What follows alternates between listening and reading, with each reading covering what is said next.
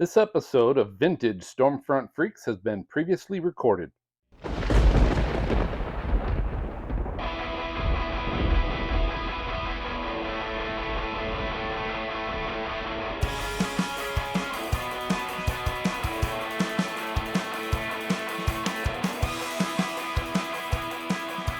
All right, awesome. Hey, we are really excited to have Ginger Z on for today. She's Chief Meteorologist at ABC News, reporting on the nation's weather on Good Morning America, also known as GMA, right? And across ABC News broadcasts and digital platforms. Now, prior to joining ABC News, she was a meteorologist at the NBC station WMAQ, Channel 5 in Chicago, from 2006, 2011. So now you can kind of guess her age, just messing with her. Okay. Before that assignment, Z has worked at Wood TV up in Michigan, up in the Kalamazoo area, where I worked with one of her chiefs there as part of Storm Team 8 in Grand Rapids. Z has also storm chased since college as a genuine passion for the atmosphere and a dedication to getting young people interested in science, starting at like 2 years of age, right? Yeah. Okay. Oh, yeah. We already, my son was reading my science magazine just today. Okay. She is an Emmy Award-winning meteorologist that attended Valparaiso University and holds a Bachelor of Science degree in meteorology. So she's not just another pretty face. She has recently authored a New York Times best-selling autobiography, Natural Disaster. I cover them. I am one. I love that title. Thank you. It was the easiest part of the book to write. So are we going to have a hand signal from you if you happen to go like right into labor right away or something? Or? Yeah, it'll be like this. I'll ask you on that note, just quick. Sorry, Maz, I thought that was your question, but the idea was originally to have you on to celebrate Women in Science Day, which is February 11th, because I know you're big into promoting STEM programs for girls. And my question, I guess, to start off, because we won't have you specifically for that show, but what advice would you have to encourage, more girls and young women to get into science or more specifically meteorology? Yeah, especially the first 10 years of my career at every local station I was at, I made it a huge part of my job that I would go to schools. And that's where I fell in love with watching not just, young girls, but young children fall in love with what I loved. And so it was nice to see, you'd always see at least one or two of them really get into it. And then now I'm starting to see the payoff. It's so strange. I got an email from a girl who had, I think she's 18, and she said, you came to my first grade class or something like that. I'm like, oh my God, that's happening to me already. We're in my kindergarten class. But I inspired her, and now she's going to college. She's going to OU in the fall, and she knowing that you have that opportunity, responsibility, that's something that I feel every single day. My advice would be learn as much as you can as early as you can, because I think, and meteorology especially, is such a broad science. There's so many places that you can go within meteorology with the degree, which is a beautiful thing. But I think when you start to narrow down what you want to do, you got to go and do it with the people that are there. So whether it's job shadows or internships, those are the most crucial parts. And if you're 14, I don't think it's too early to start knocking on people's doors and, tweeting them and saying, is there any way I can drop by with my parents and learn what you do? Because if you can start weeding out that thing that you do or do not want to do early on, I think that's so helpful. Do you remember when you went to schools, did you have like a specific shtick or whatever that you did every single time? Because we did. Yeah. Oh, yeah. And it's funny because at Wood TV, we had kind of a production that was actually really cool. They had big graphics and we brought a tornado with us, and it was like bringing a museum to the schools. And we had a huge show with lightning, and it was wild. But when I did it by myself, I evolved it over time. And I want to say it was quite exciting. I showed a lot of great videos and cool graphics. And I feel like the kids, I had certain physical things that I'd have them come up and do, and depending on their age group, I had different angles and ways that I went about it, but at the end of it, I always felt like I hope they, at least they picked up something. And if they were fourth grade or above, they already know that the sun heats the earth. They already kind of have an idea. So you were able to go a little farther. And those were kind of my favorite ages, that 4th to 7th grade, before they get way too much attitude. Right. They're like, wow. Yeah, they're excited to learn, but they're really smart already. And I have young siblings too, so I was able to kind of practice on them.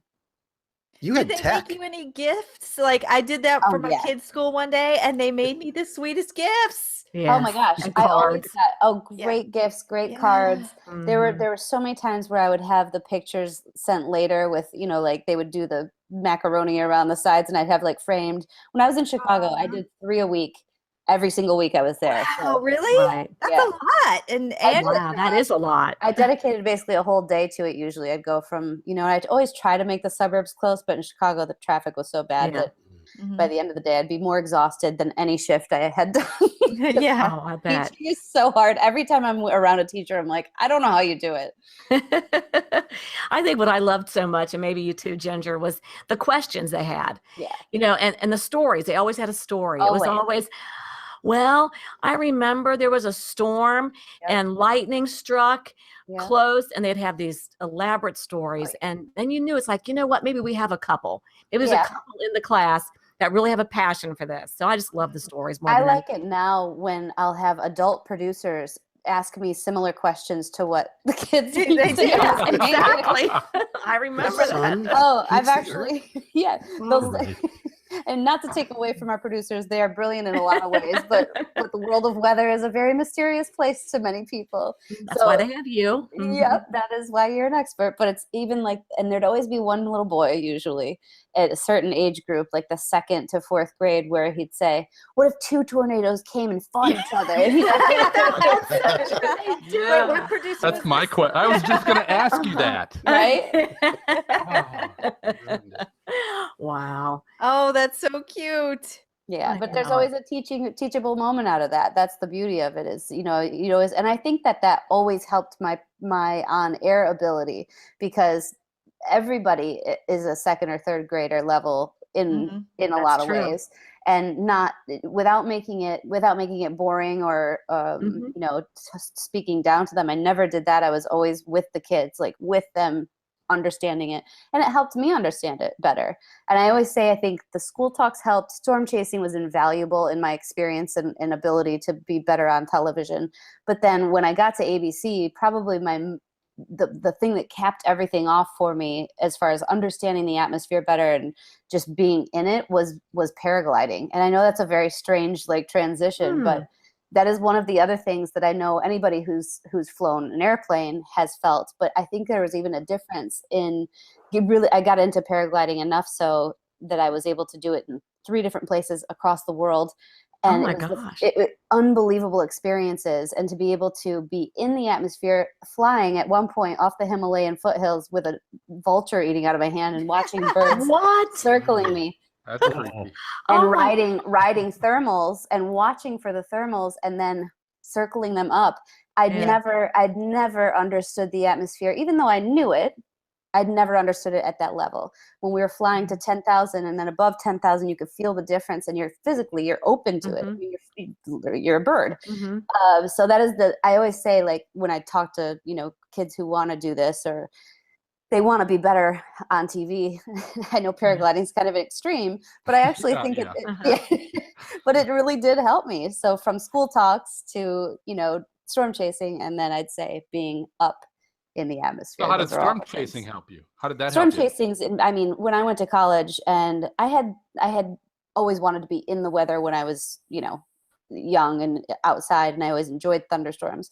But it's different when you're creating a forecast and there's value to it. So we had at Valpo, they have a storm chasing group, and then they have like a meteorology fraternity. And so we had a group that if we had a day chase and something looked good, we would forecast for it. We would drive to eastern Iowa and be able to go see a severe thunderstorm or a line of whatever, or a tornado. And so to have that ability to not only just forecast it, but then to go and watch it come to fruition or not. Exactly. that feeling the environment, tasting the environment around it, smelling it. When you feel the low level jet and you smell it on a day that you're going to have a big outbreak, it's unlike anything. And that experience versus having it in a book or reading it about it or knowing it from a radar is so different. Yeah. When you're in Eastern Iowa or anywhere in Iowa, you can taste the weather because there's pig farms everywhere. Yes, you can. Or even Omaha. Yeah. Hey, I grew up there. Easy.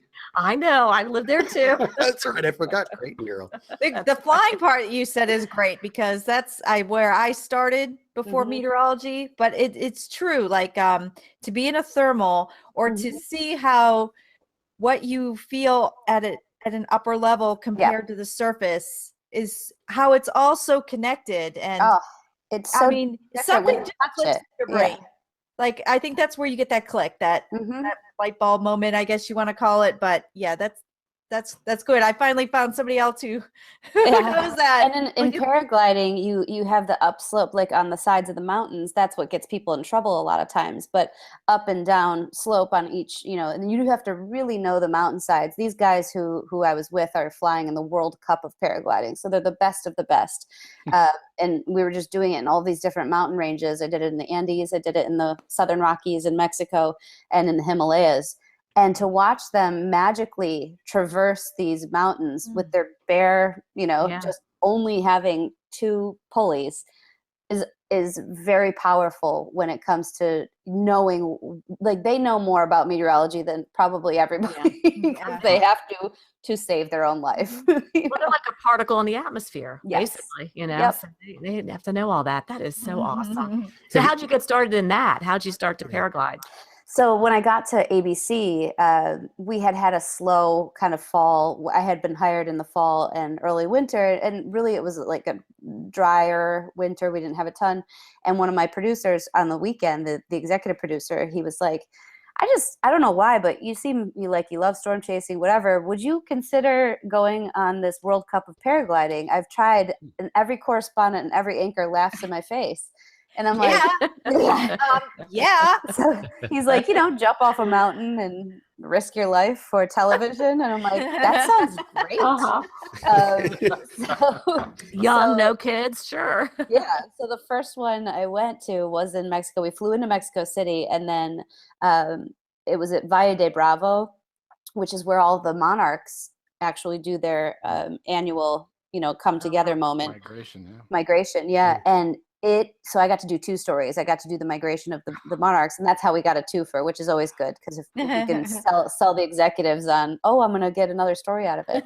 And that was another thing where you found, when you connect nature to anything in weather, and this truly magical place in Mexico where these monarchs have been going for eons, there's a reason they go there. And we don't know the exact reason, but I can tell you after flying off the mountains there that there's a special something in the air there. There's a special, so that was the first time I got to do it. And I had so much fun that I got kind of intertwined with these groups. And then we kept pitching the stories and just made the angle a little different on each one. That sounds cool. It's really cool they let you do it too. Yeah. And then I got to do hang gliding, and it started a whole roll of things where I skydiving live. I did, I've done tons of adventures. I got to take a drone into a fissure of a volcano in Iceland, and we took this geologist with us, and he was seeing things in the volcano that he had been studying forever. And this was the first time, because of drone technology, that he was able to actually take measurements and be inside the fissure of a volcano. Oh my gosh. So that's cool. Yeah, that was one of my favorite assignments too. And talk about when schools and teachers afterward, they were like, that was so, and parents wrote me, they were so happy with what we were doing because it was real science on morning television. But it was visually stunning. Like, you can't get better than being on a glacier with volcanic with lava blowing up all over. Sounds like you got a pretty kick-ass job. Yeah, it's not bad. What's next? Do you take a hang glider into a volcano? I mean, how do you? Don't tell her that. No, we already did the executive producer's no. So I'm going to switch gears a little bit on you, Ginger, because obviously you've gone more on a national scale now. I'm curious from your standpoint, and really more from just a pure forecasting view. What do you enjoy more? Do you enjoy having to forecast on more of a larger scale, or do you enjoy the forecasting on more of that local scale? I miss the ability to have responsibility to one area. So when I was in Chicago, I was there for 5 years. That's a solid amount of time to get people to respect what you do and think that they can trust you. That was a nice feeling to have. But I don't miss the stretches of 10 days in the summer where absolutely nothing happened. And it was like, okay. But I do miss having that, the Twitter interaction with a mom who says, I saw your severe thunderstorm warning and we went in the basement and now we lost our roof, or whatever it is. That connection was really important to me, and it's something that I miss, and the responsibility of that. On a large scale, what I love on the national scale is the ability to, whether it's, the fissure of a volcano and bringing science into people's homes, or just knowing that every morning I'm learning still, because you can't know the whole nation and the whole globe. But every time we're doing something big, whether it's the mudslides recently, or especially with like Harvey, I was in touch with the local meteorologist at our ABC affiliate, and they've been there for 30 years. And I'm talking to them about I'm learning such idiosyncrasies about all of these places that I would have never been able to do. And I love that. I'm enjoying it so much. I know more about the watershed in Houston than I should. I bet. And I couldn't share half of it on GMA just in the time that I had, but because Travis Herzog, was there I spoke with him for a half hour a night. If he would give me the time, I would take it, because I wanted to be informed, and I wanted to be able to say that one thing that then he could pick up, people could pick up, and that mattered to the whole nation. So it's a much different job, but I like them for different reasons. Was it difficult to transition? Oh yeah, that part. Luckily, I had done a lot of MSNBC before and early today, so I had this kind of hidden. That was the job that started at probably 3 a.m. I think, and so I had kind of the national feel, but nothing like this. Nothing where it was just headline, headline, headline. So my job has really become on a daily basis. What's the video that's going to tell the story the best? That's what I search for. The quickest, too. The quickest in 15 seconds, in 30 seconds. And then can you give them anything? Can you teach even one little lesson or one tidbit? And that's what if I've achieved that, then I use this as a platform for all of these other things, for all of the other adventures and scientific places I can bring people on those special assignments. Awesome. Well, Ginger, tell us. if you didn't do TV, what do you think you would like to do? Did you outside of meteorology? No, within meteorology. So did you ever think maybe National Weather Service or NOAA or? I think I'd be in education. Research and education, because that's where I had originally thought I would go. Even my freshman year, I think I saw other people going to get their master's and PhD and then working for universities in the research. I think I would have liked that quite a bit. You still get to be in the field, you still get to do the field work, but you're contributing to this great, science. Yeah, it's all, that's the part that's like, it's just pure science. I love that. I did not want to do more math. No, exactly. Me I either. didn't want to do any more The math. math, I don't think the math was, I could have done more math. I don't know. God bless you. More math? Oh my No, goodness. No I didn't way. like the Always idea more that then it got into more chemistry and stuff. I don't know that I was ready to Yeah. transition into that. No, That's why I drink, is because of the math. Maz, what math do you do nowadays, huh? Well, he's a One, financial two, advisor. He owns his Oh, That's true. I double things. Well, Gina, let me just ask you this: so you got your new book out? I guess what inspired you to do that now? To get it out now? I mean, other than of course, cha-ching. Why now? What inspired you to even do that book? Well, it's so funny you say cha-ching. My agent told me right when I told him I want to write a book, he's like, books are not where you make money. I was like, oh, well, okay. My initial intent was actually I was having Adrian and I wanted to write a board book because I was starting to pick up baby books and I'm like, there's no baby book about weather. And I thought, how perfect. In time in my life, I wanted to give about 60 words and a bunch of pictures. That's what I was ready to do. And I'm in the publisher and they said, well, board books are really difficult for first-time authors. authors, what if you thought about taking that, because I was talking about a character, Helicity, which is a character that I've had in my head. I love it. That's a great name. She Thank spins you. around. Yes. She does. You're You have to assuming have it's a a girl girl. now. That's right. It is. You gotta have a girl now, Ginger. Oh, I know. I told my husband that I wanted to have a girl and name her Helicity, and he was like, "Absolutely not." So I was like, "Fine, we'll do it for a character in a book." So anyway, the publisher said, "Write it for a middle school age. That's who buys books, and that's who reads books." So I sold the idea of a trilogy, and it's called Chasing Helicity, and it comes out actually in April. And so as I'm talking to them about that book and I'm writing that book, I start talking about my personal life and my storm chasing and all of these things. And they were like, "That's a book." And I said, "Really? I don't know." And then they called it a memoir. And I was like, "Oh, I don't like that." Memoir's not right. It sounds like you're done. Is there going to be like a sequel, like Helicity goes into the mall? There's 3 Helicities. So there are 3 different books that'll be. Felicity meets Cape. Yep. There's a love triangle between them and Wow. and God. Cap. So, Producer on line 1. yeah. So So are they all going to come out this year? Those so 3? no, not all of them in a row. So Okay. I'm actually writing the second one fully now, or we're in the midst of it. So the first one comes out late April, and I think they must be on 6 month. I think. Good. Yeah, so it's exciting. But anyway, that's where it came from. And then as I was writing it, it just started flowing into a totally different direction with personal things that had happened to me. And that's what the book became. It became kind of a series of wild stories about real natural disasters that I'd covered and the natural disaster that I was in my personal life. Oh, good. All So right. tell our listeners how they can follow you on social media and also where they can find your book. Find your book. Yeah. Yeah, and I mean, social media is a huge part of my life. I love interacting. So I'm at Ginger_ZEE on Instagram and Twitter. And then on Facebook, Ginger Z TV. And you've got a couple followers, right, Ginger? Just Yeah. Like just a few 17, mil. right? yeah. No. No.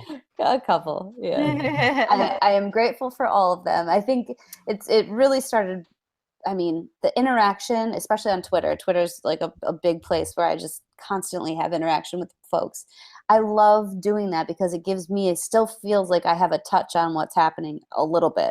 Kind At of least local. Yeah, and of course it can go awry and go badly, and then it can go very well. Do you find it hard to put your phone down then, since you're doing all that stuff and you're like, gotta stay connected? And Yeah, that's the one thing, last year was my resolution was to kind of be focused on where I'm at and put it down when I'm at home and not, but it is so hard. There are times where I It's say, like a drug.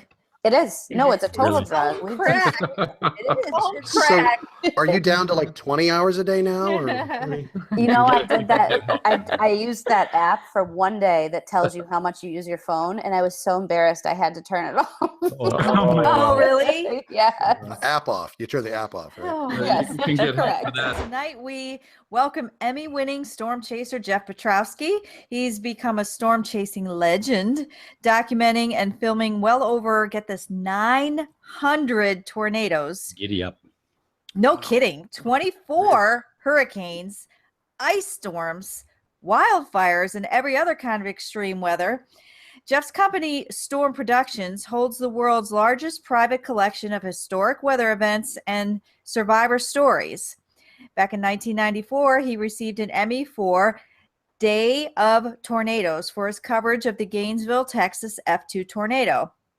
Now, this one is more recent. If you were one of the 600,000 viewers watching Jeff's heart-pounding periscope of Hurricane Harvey footage, you were in the record-setting scope of replays, and get this, of 1.6 million replays. Oh, wow. Yeah. Ain't too shabby, I buddy. know. Do you have a T-shirt that says "I have a death wish" or something? Or I have a shirt though that says "I survived." Blue Shed Strong. Hurricane Harvey, but I mean, it made the records for Jeff, sure. with all these, it's probably hard to ask this question, but what's the one that really sticks in your mind the most? Hurricane or tornadoes? Any of them. I mean, that's why it's hard. They all stick in your mind.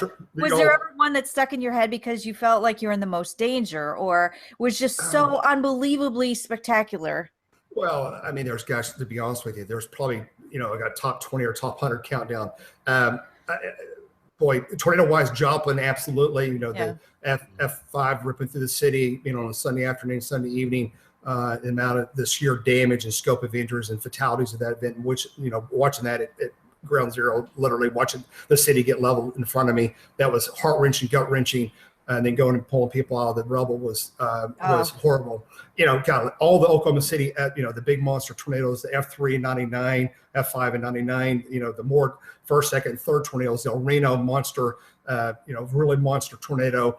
Gosh, the list just goes on. You got Laverne, you had the Dodge City event, a couple years back that was incredible. Allison. And then you think about the early days, April 26, 91, you had the, you had the Andover tornado, you had the Billings Red Rock tornado. I filmed those early on. Chased all the way back to Tulsa and filmed the Westport tornado. I then filmed the Skytook tornado, Collinsville, just north of my house here. So those are all just epic outbreaks. They're just unbelievable. But there's so many. A lot of times it's not just the town that gets hit, it's the people it affects for a long period of time. But I've seen a lot of, unfortunately, I've been around a lot of big monster outbreaks, and it's hard to put it in perspective because all of them are so unique and different. They're all spectacular. I mean, in their own right. I mean, they're all very So unusual. Jeff, is there one where you remember like, I shouldn't be here? Mm-hmm. Yeah, there's been a couple of those situations. The two that come to mind, there's a lot of people know about this, so this will be something new tonight I haven't revealed before. After the April, we had the Moore tornado, and after that, you had the multiple tornadoes go across the west side of Oklahoma City Metro. And one of the things is that after we had the Oklahoma City tornadoes, is that going over to the west side and filming the Piedmont tornado, and then going out in the country, which then turned into the Mulehole, big, huge wedge tornado. I had satellite tornadoes around it after dark, around 10 o'clock at night. I found myself on a country road, and I stopped to help a farmer that was taking refuge. His mobile home had blown away, and he was literally hanging on to a telephone pole. While I'm talking to this individual, here comes like another tornado starts about a couple hundred yards south of us. We're watching it, and he's hanging on a tree. He's got his dog in one hand. He's got his briefcase and his mobile home in the other. And the next thing I know is I can hear that swirling sound. I was like, uh-oh, we're in big trouble because my truck's now stuck in the mud on this farm road south of Mulehole. And here comes this tornado, and I can see the moon shining on the tornado, and it's coming at us. We're in trouble. And it passes about 50 yards west of us, and we make it. But you can hear the roar, you can hear stuff flying through the air, because remember, the first tornado's already been through there and there's debris everywhere. So now the second one's coming by and picking up all that loose debris, and it's flying everywhere. So it's like, oh my gosh, this is ready to go. And so luckily that one passes, and then watching that go by us, I mean, at the end of the day, I was pretty much fried. So that was one event. The other one, a lot of people have heard those stories up in Oregon, Nebraska. Me and Brian Sturtz chasing a significant, it's kind of a low risk day, but it was a triple point up near southeast Grand Island. And I just had my truck worked on the previous week and had a U-joint changed in it, where they changed all the U-joints in it. And of course, keep, cameras or the trucks and the cars you drive in good shape. You have to, we're on the road with them, and can't afford to have to break down. And we're going down this road, country road. We're doing about 40 miles an hour. And we see the storm out to our west, about 20 miles, not far away. It's a severe thunderstorm warning effect. And all of a sudden I hear this big clang bang come from underneath the van. And me and Brian looked at each other, and I give it gas, and it's like slowly down. I hear this horrible ruckus from the car. And I said, uh-oh, Brian, we had a problem. And the van stops and comes to rest on the side of the road, and we get out and look, and the U-joint had backed out the transmission because the guy forgot to put one of the clips in the U-joint. So the U-joint exploded and came out of the transmission. So now part of the transmission is on the ground. I'm broken down the side of the road. Oh man! And now it's getting near dark, and the storm that was a supercell in the trip point's now moving southeast. It's now producing a quarter-mile wide tornado, and it's 1 mile away and closing in on us. So interesting thing was at that particular second, as Kathy had just called me. My wife called me. She goes, "Hey, how's it going?" Not going too good right now. Sorry. I said, "It's not going well at all." I said, "What I'm about to tell you is that the truck just broke down. If we don't make it, this is where we're at." And she goes, "Oh, you Brian, quit kidding me." She goes, "There's you guys are fine. Quit, where are you guys at?" I said, "No, I'm broke down. The tornado's coming. I don't know if we're gonna make it." And I didn't know if we're gonna make it. About that time, this is all true. We got all this on video, by the way. And Brian looks out, and Brian goes, "Hey, there's a farmhouse that's got a light on. I think we can make it. We have, but what he doesn't tell me is we have to run a quarter mile to the west uphill, and then I have to run.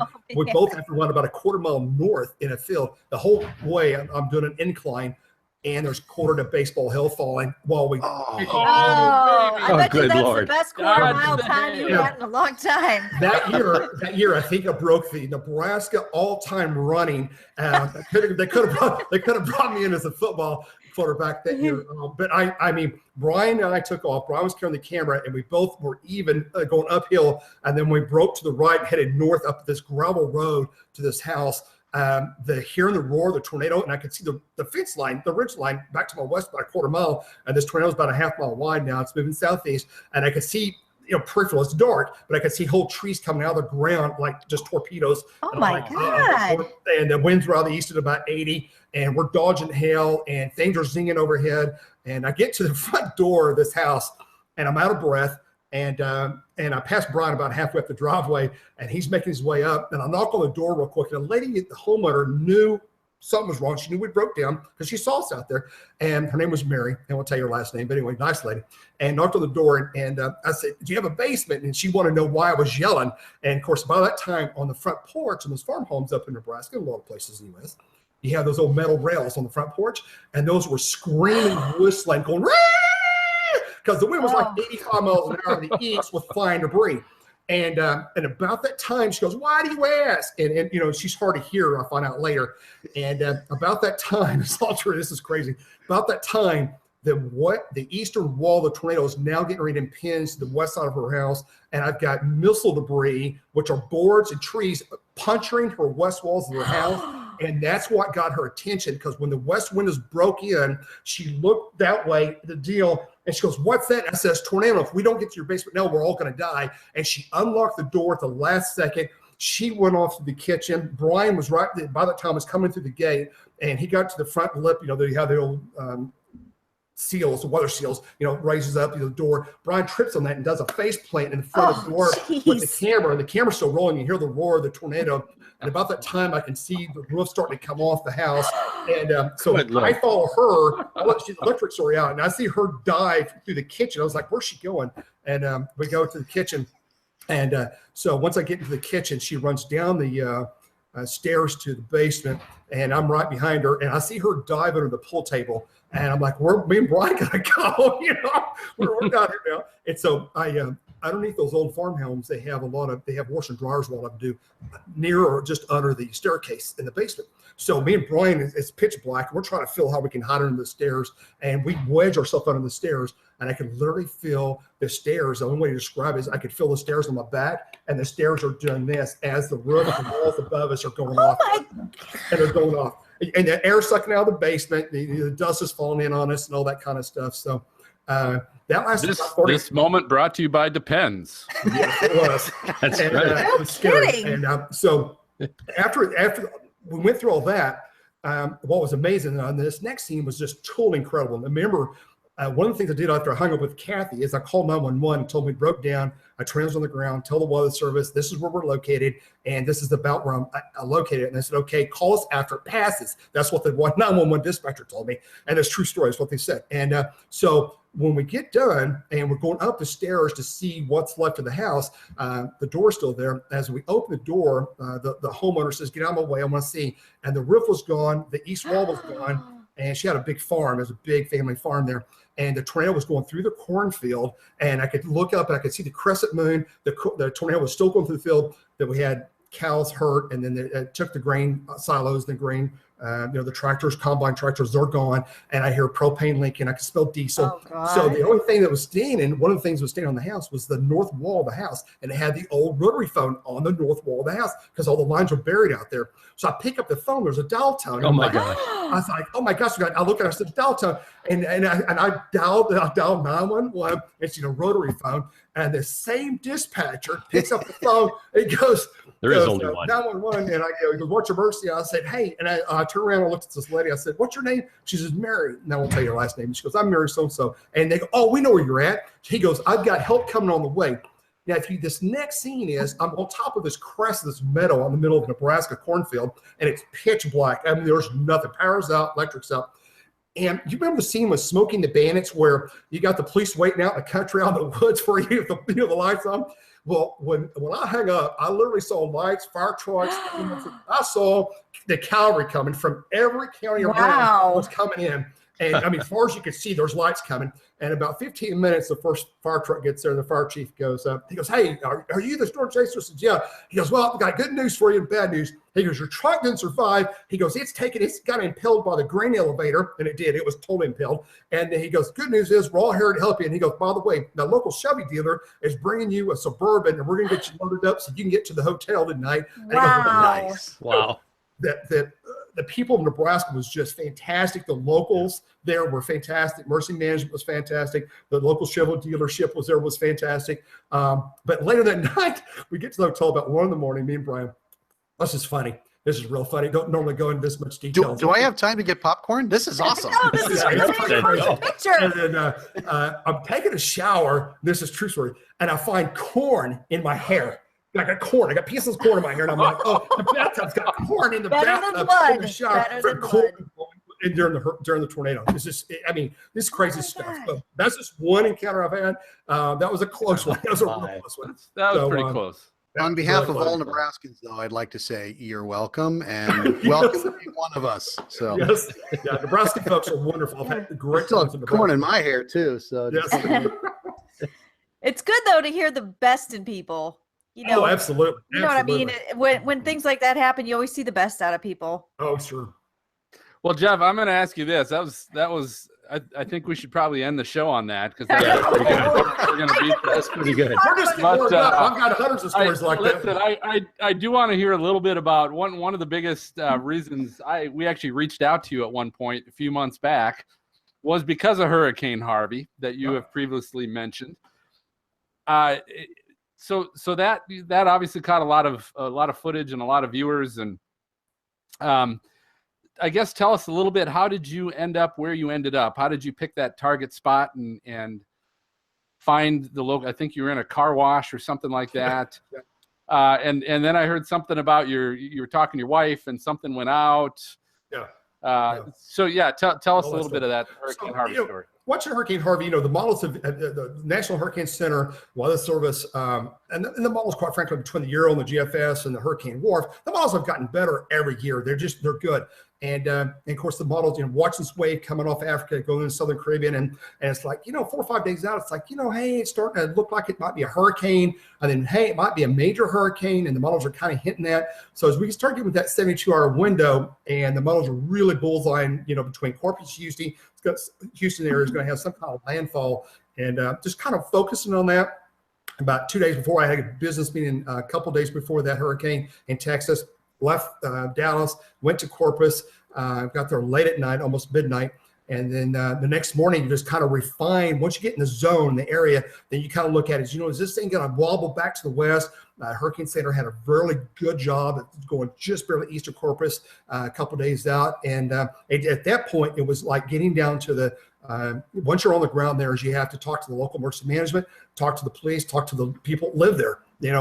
What hurricanes you've been through before, what areas is going to flood, what roads are going to flood, look at the storm surge area, look at the buoy data. And at that point, kind of start looking for places to film from. Is there any parking garages? Is there, am I going to be above the flood? You got to also not only look at the building you're in, but what buildings are next to you. And the moral of the message you just saw during Hurricane Harvey, it wasn't necessarily the building where I was located. I could have been, there's a hotel just a block away to other Chases Red, and half the building, one end came off a 5-story hotel, fairly new building, was ripped off. So Jeez. it didn't matter where you're at, you've got to weigh those options out. But a lot of times it's not the building that I may be in, like a parking garage. It's like what's next to me. Is that an older structure that may fail? It's what's downwind of you or upwind of you. Is that structure going to fail and impel you or come towards you? And that's what it's a scouting mission. So when you get on the ground, you've got a lot of due diligence to make.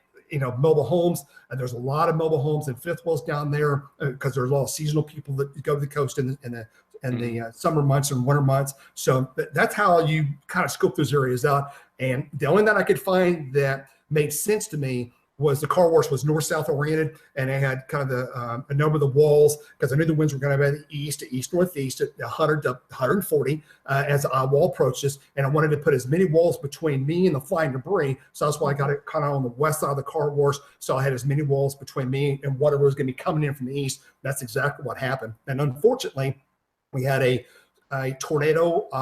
There were small tornadoes inside the eye wall, no doubt about it. You see it both on the Doppler out of Corpus, and you could tell it by visually, people saw it too, but you could actually had small tornadoes in the eye walls. There was little wobbles inside, and we had a vortex hit the building next to us. It was like a CVS type little drugstore, and that's what exploded and came in front of the car wash. And that's when all the debris was coming raining down on us when we got hit. Just about that time, I was right across the street from the cell tower. I had a Verizon phone, had fairly good connection. But when I got in the vehicle, it broke whatever signal I had, and the signal went dead right after that. And of course, when that happened, a lot of people thought I got crushed or got killed inside the car wash, but I didn't. I'm still here. So luckily, I survived that. But we take all the precautions as necessary out there. And but Harvey definitely got scary. It was loud, and that last 3 or 4 miles of the eye wall was absolutely super wicked. It was about as wicked as it can be. Wow. Yep. Your wife's got to have a lot of faith in you, because you're putting yourself in harm's way a lot. Well, but you do things in a safe manner. It may not look safe on the viewing when people see Periscope or stuff. And I don't like nightfall landing hurricanes. I can tell you officially, I hate landfall landing hurricanes at night. It's scary. You can't see things. If there's debris in the road, you can't see what you're driving over, telephone poles, lines down. It's just very risky with landfalling hurricanes at nighttime. And they're scary too, let's be honest. I mean, they're very scary. Hey, Jeff, do you drink coffee? Excuse me? Do you drink coffee? Not yet. You just get to talk about weather, and I'm ready to go. I'm like, you go, Jeff, man, you go. I always wonder, when you're in a hurricane like that, you said you saw the tornadoes, because I always wonder, I've never been in one like that. So you wondered, can you actually see the tornado when all those whipping winds as it is? The only time, no, I didn't see a tornado that night during Harvey, is that watching the radar and watching the pressure drops, and also you can literally hear it. And the way to describe a hurricane, you can see this in the daytime in the video. You could definitely see it with Nate and Irma, is that as you watch the winds, if you get every time a band comes in, you may have winds 120, let's say 100 to 120 overhead at 2,000, 3,000, 4,000 feet above your head. And as that band comes in and then heavy rain forces those high winds to the ground, you literally, if it's daylight, you can watch 2 miles, 3, 4 miles down the road, not far. If you're in the heavy rain, you can literally watch the surge of wind coming. You can literally, sometimes you can hear the wave of damage coming at you. You literally, if you're in a metropolitan area and you have damage, you have roofs or wind is breaking 2 miles from you, you'll hear this clanging, banging sound, and it will get louder and louder as that wave of damaging winds come at you, and you can see it coming. So you prepare yourself, because you can see trees falling, you can see roofs a block or 2 blocks away coming off. So you know that surge is going to hit you. You need to, get behind the building, you need a duck or whatever, but you can hear it. You can see them in daytime. You can see these surges of wind and damage occur. Absolutely positive. I've seen it many, many times. Yep. Wow. Daytime. Yep. And at other times you get the little small spin ups. The tornadoes and hurricanes are hard. It's more the outer bands, not literally the eye wall, but you get more the small tornadoes around the outer bands. I've only seen that a couple of times with some of the hurricanes. Yeah. Okay. If Spielberg calls you to do a movie, I hope you get to play yourself in the movie. I'm just saying. That's right. You'll think at some point that happened. So Jeff, tell me a little bit about how, for severe storms, how do you go about picking your target area? Yeah. Well, what resources are you using?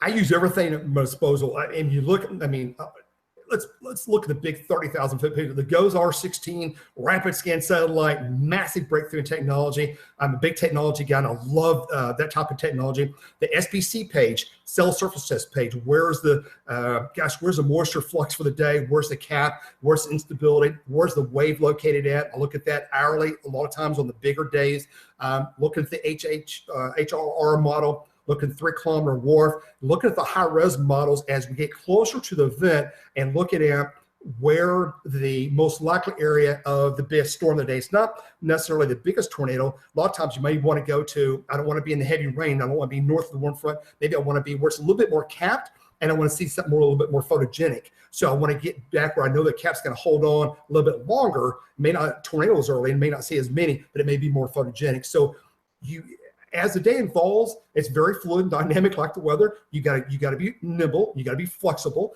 And just because you may have a target of Wichita and at 2 o'clock things look better in Oklahoma City, you might kind of start fudging back toward Oklahoma City. So you got to be a little bit nimble in that regard. Wow, that's an interesting topic you just brought up. Like where you think it'll be capped a little longer. Yep. Yeah, I get it. Okay. What about your vehicle? What about your vehicle setup, Jeff? What does that look like? Today, it's an electric car. Really? Really? Not kidding. Wow. I know that would throw you. I sold both of my gas vehicles earlier this year. Kathy had a Honda Pilot, and I had a 2002 Chevrolet Avalanche. It had almost 200,000 miles on 200,000 miles. And I sold both of those earlier in the year, and I've been driving an electric car all year, and I love it. I think once people understand electric cars and the torque in them and the availability, whether it be a Tesla 3 or an S or whatever, or the Volt, Chevy Volt, or any of those kind of cars, or the Leaf, which I'm driving now. I think the electric cars going forward in time, not only just storm chasing, but general transportation I think it's absolutely going to take over the industry. It is already happening. And I want people to look at that and drive. But I'm all excited about electric cars. I have been for a while. But I think that's going to be the wave of the future. Absolutely. No doubt about it. Did you just say the current car you have is a Leaf? Yes. So you're driving a Leaf in storms. No irony there. I've taken the Leaf out about 4 times now, not across Kansas, along those short little drives just north, where I'm at, within 50 miles of Tulsa, and just do a short little chase with it. But I've done it 4 or 5 times. But the next vehicle coming next year, it'll have about a 300 to 350 mile range, so it'll be much farther, rapid recharge, and I'm set to go. This commercial brought to you by Tesla. They need to get you as their spokesman. I know. Well, I mean, I think I'm going to tell you this. When you look at the greatest cost, and there's a lot of other things I'll tell you about, the greatest cost in all transportation today, no matter who you are, raising a family, kids, anything, it's fuel, it's the car payments, insurance. And if you can eliminate, bring that fuel cost down, 50%, 75, 80% from what you normally spend, and you're doing it with electric, I think once more people go that direction and they really find out the benefits. I mean, I've cut my fuel bill by $600 a month, $700 a month, just in fuel savings and insurance. Wow. Yep. I recharge the car at 7 cents. It cost me to go 100 miles. It cost me $1.70 to totally charge my car from empty to full. Like tonight, I went into town, run some errands, came back, and it's just 80%, 75%. Plug the car in, and 30 minutes later, I've got a full charge. I can run around all day Saturday, go to 10 different stores, go run around, do all you can do. And I did all that for $1.70. I mean, when people figure this stuff out, I mean, it doesn't make sense. I mean, driving gas cars going forward, unless you drive 150 miles every day. And I think even that's, with the new cars coming out now, 300-mile range, that's not a big deal. But anyway, yes, I'm big on electric. I think that's Jeff, you got to get sponsors and put that on the side of your car. Kidding. I'm just saying right now, buddy. Yeah. We'll see. All right, well, we'll keep things moving, Jeff. How can listeners find and follow you on social media?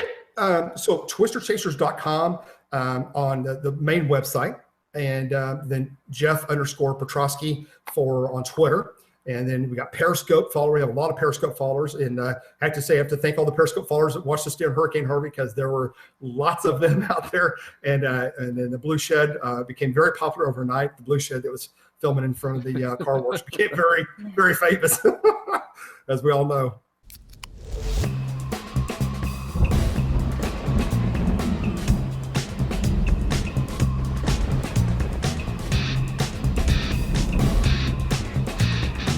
Thank you for tuning in to the Stormfront Freaks podcast. You can watch our bi-weekly show live on youtube.com/stormfrontfreaks and download the audio version on your favorite podcast player. For links to our Patreon team of exclusive benefits, show notes, past shows, new videos, merchandise, and more, visit our website at stormfrontfreaks.com.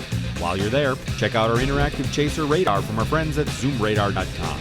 If you'd like to contact us with questions or make comments about the show, shoot us an email to questions@stormfrontfreaks.com or follow us on Twitter, Facebook, Instagram, or TikTok. Search for Stormfront Freaks. We'd love to hear from you. Join us next time and tell a friend about the Stormfront Freaks podcast.